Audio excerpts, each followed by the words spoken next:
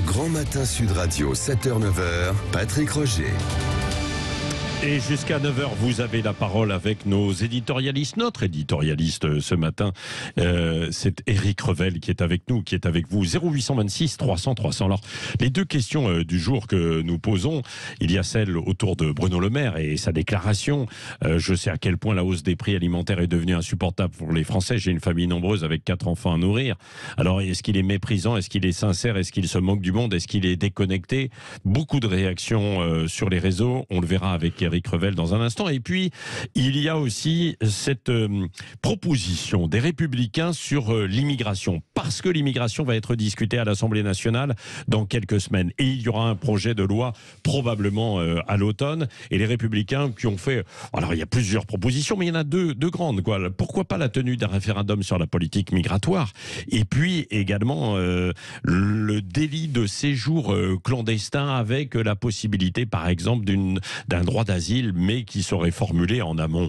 0826 300 300, c'est Claude de Perpignan qui est avec nous dans les Pyrénées-Orientales. Bonjour Claude. Oui, bonjour, c'est Patrick Roger ou... Eh ben oui, c'est Patrick Roger. Oui, bonjour Patrick Roger et l'équipe. Bon. Oui, voilà. Ben, écoutez, oui, moi, ce que je voudrais dire, c'est que effectivement, il est temps de s'occuper, au fond, de la maîtrise de l'immigration. Parce que je reprendrai simplement un des éléments du propos de Malika Sorel ce matin, là, sur votre antenne. Elle a rappelé simplement que ce soit 300 000 ou 500 000 entrées chaque année sur le territoire, c'est des gens qu'il faut loger au bout du compte. Imaginons qu'on dise, oui, on continue, après tout, on accepte. Comment on fait où il y a déjà une crise de logement aujourd'hui et on arrive avec des quantités de gens qu'il faudra bien loger. Donc ça, c'est un aspect qui pousse dans l'idée de dire il faut quand même qu'on ait une maîtrise de ça. La deuxième chose, moi, je crois qu'il faut rappeler quand même que le droit de venir s'installer en France ne fait pas partie de la Déclaration universelle des droits de l'homme.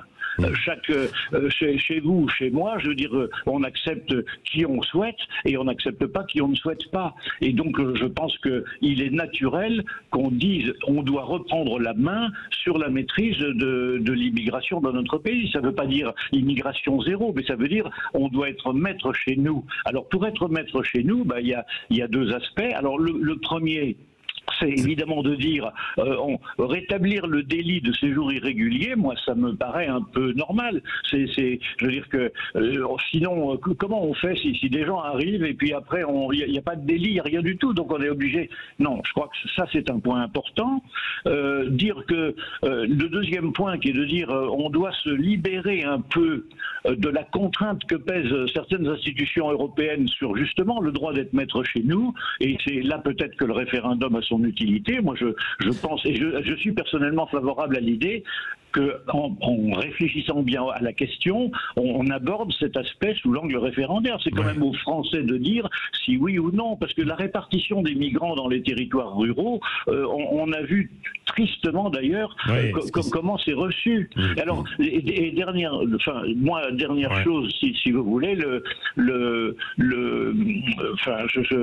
oui, je me perds un peu, mais sinon, dernière chose, c'est de dire que c'est copie-coller du programme du Rassemblement national, ça c'est un moyen à nouveau de stigmatiser le débat. Et je crois que non, c'est pas possible. Oui, Claude, restez avec nous. Éric Revel, ce projet des Républicains, est-ce qu'il répond donc à un défi aujourd'hui qui est l'immigration et qui a du mal à être abordé par la classe politique, c'est évident. D'ailleurs, dans les sondages, une majorité de Français à qui on ne demande pas s'ils sont de gauche ou de droite disent que l'immigration est un problème en France.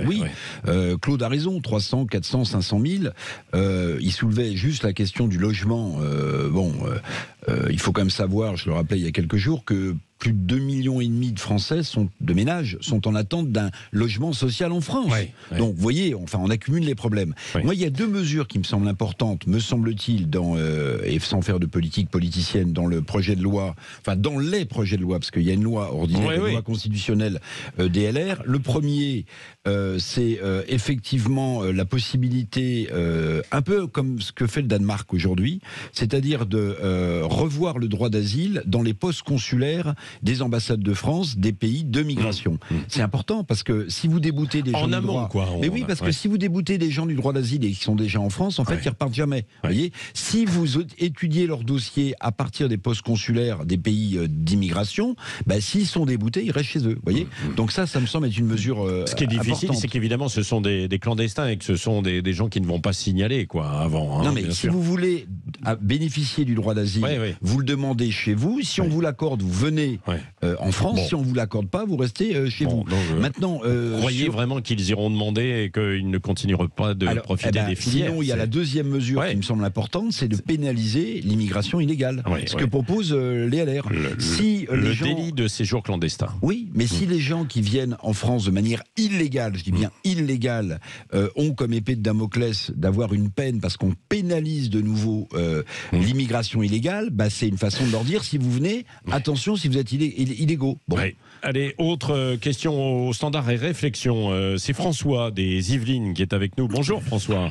Oui, bonjour Patrick, bonjour Eric. Bon, à propos de la déclaration de Bruno Le Maire, il s'aperçoit de la hausse des prix de l'alimentaire quand il va acheter des pâtes, visiblement. Alors, moi, franchement, je suis vraiment consterné de ce genre de déclaration. Il y a deux niveaux pour moi. Il y a un premier niveau, si vous voulez, plutôt au niveau de la responsabilité de l'homme politique, puisqu'il est ministre de l'économie. Premièrement, il est quand même aussi co-responsable de la hausse des prix. Il ne faut pas oublier que la France n'a pas voulu sortir du marché européen de l'énergie, contrairement au Portugal et l'Espagne, ce qui fait que la hausse du prix de l'énergie forcément se répercute sur les Français, premièrement. Deuxièmement, il a voulu faire un panier anti-inflation, sauf que ça n'a pas été imposé en termes de produits. Il a donné libre cours aux distributeurs de pouvoir appliquer les réductions de prix, ce qu'ils ont fait, mais sur uniquement les produits de leur propre marque, ce qui fait que ça a fait pchit. Il y a des articles dans la presse qui s'attellent à ça. Et deuxièmement, Eric Revel sera d'accord avec moi, la France a fait 164 milliards d'euros de déficit commercial en 2022. Bruno Le Maire, il trouve rien de mieux que de sortir un livre qui a fait polémique. Donc moi, franchement, dans mon boulot, si j'étais aussi, entre guillemets, mauvais, j'aurais été viré, surtout si je sors un livre. Donc j'aimerais qu'il se remette en question. Et enfin, il nous tente de nous sensibiliser sur le prix des pâtes, alors qu'il est une notoriété publique que Bruno Le Maire, en tout cas, ça a été parlé dans la presse, à Saint-Pé-sur-Nivelle, a une résidence secondaire.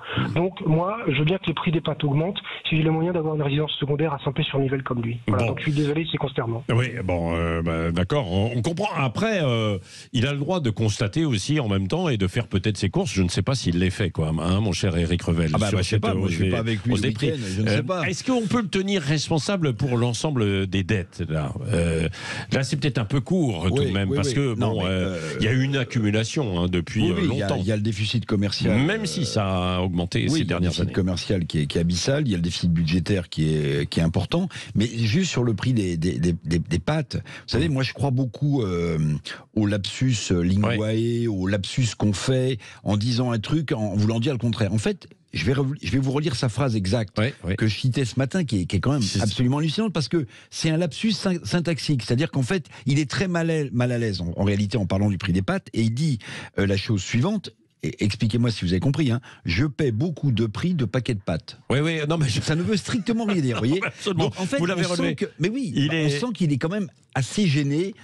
Peut-être parce qu'il se dit, mais en fait, les gens ne vont pas le croire. Alors peut-être que c'est un argutie de communication qu'on lui a demandé d'utiliser, mais je paie beaucoup de prix de paquets de pâtes. Vous êtes d'accord avec moi? Que normalement, si vous mettez ça dans votre rédaction du brevet des collèges, vous n'avez pas forcément une bonne note. Non. Merci Eric Revel. On vous retrouve dans un instant avec Valérie Expert et tous ses débatteurs. Il est 8h57. Bonne journée.